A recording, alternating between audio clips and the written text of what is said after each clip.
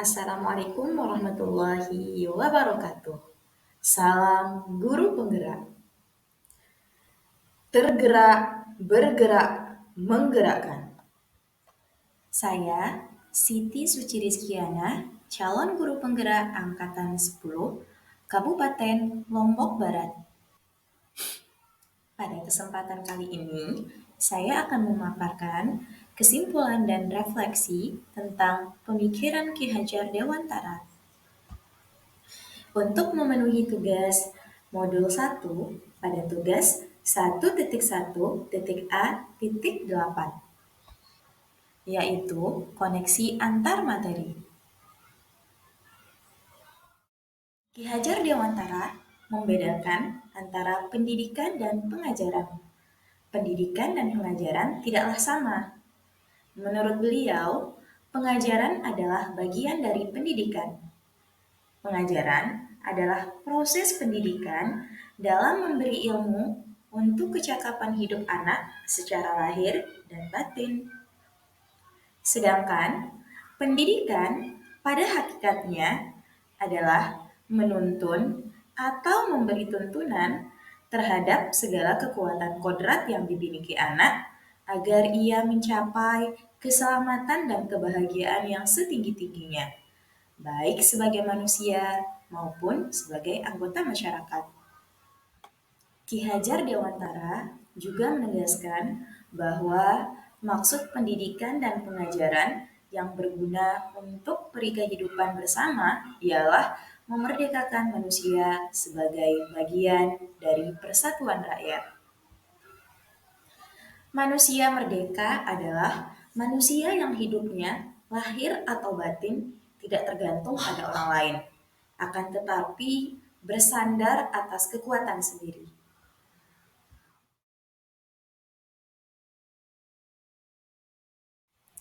Sebelum mempelajari modul 1.1, pembelajaran yang saya laksanakan terkesan kaku dan tidak memerdekakan murid. Hal ini terjadi karena saya menganggap anak adalah sebuah kertas kosong.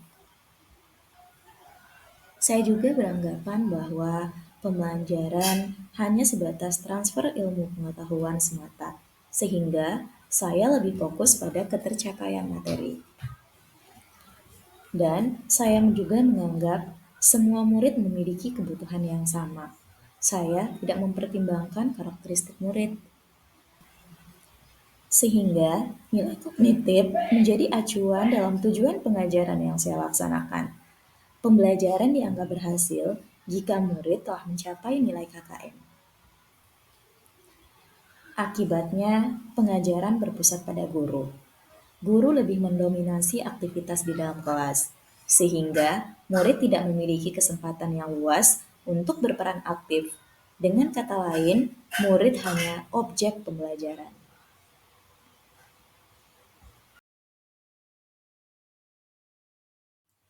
Setelah saya mempelajari modul 1.1 tentang pemikiran Ki Hajar Dewantara, saya menyadari bahwa apa yang saya pikirkan dan saya lakukan selama ini tidak tepat.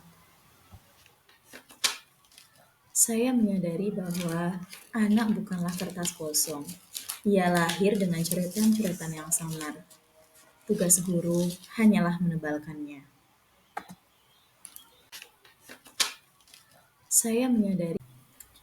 Saya juga seharusnya memperhatikan semua aspek pembelajaran, yaitu kognitif, afektif, psikomotor, spiritual, sosial, dan budaya.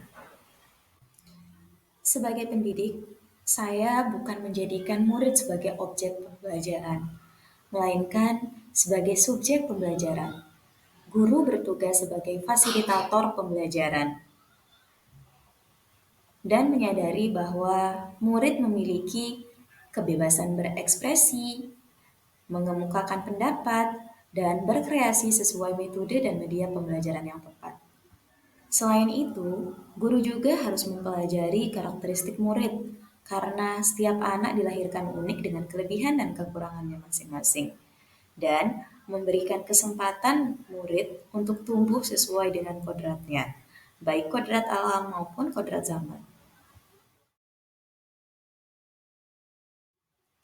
Untuk memperbaiki sistem pengajaran yang saya laksanakan, saya akan menerapkan beberapa strategi yang sesuai dengan pemikiran Ki Hajar Dewantara, yaitu mengenali dan memahami karakteristik murid dan memberikan pengajaran yang sesuai dengan kebutuhannya. Pembelajaran tidak lagi menuntut, tetapi menuntun, yaitu saya akan menerapkan sistem AMO. Selanjutnya, saya akan melakukan refleksi terhadap proses pembelajaran yang telah dilaksanakan.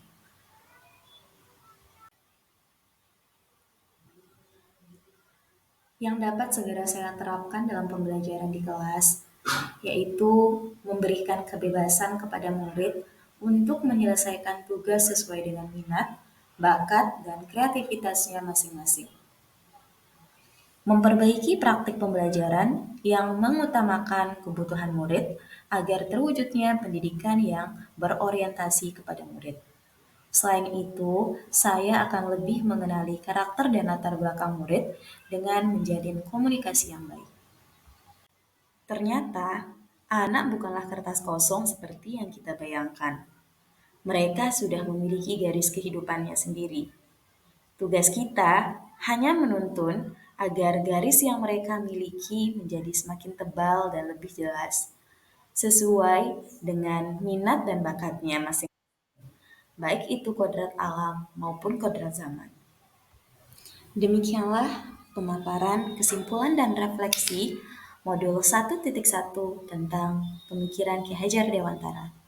Terima kasih.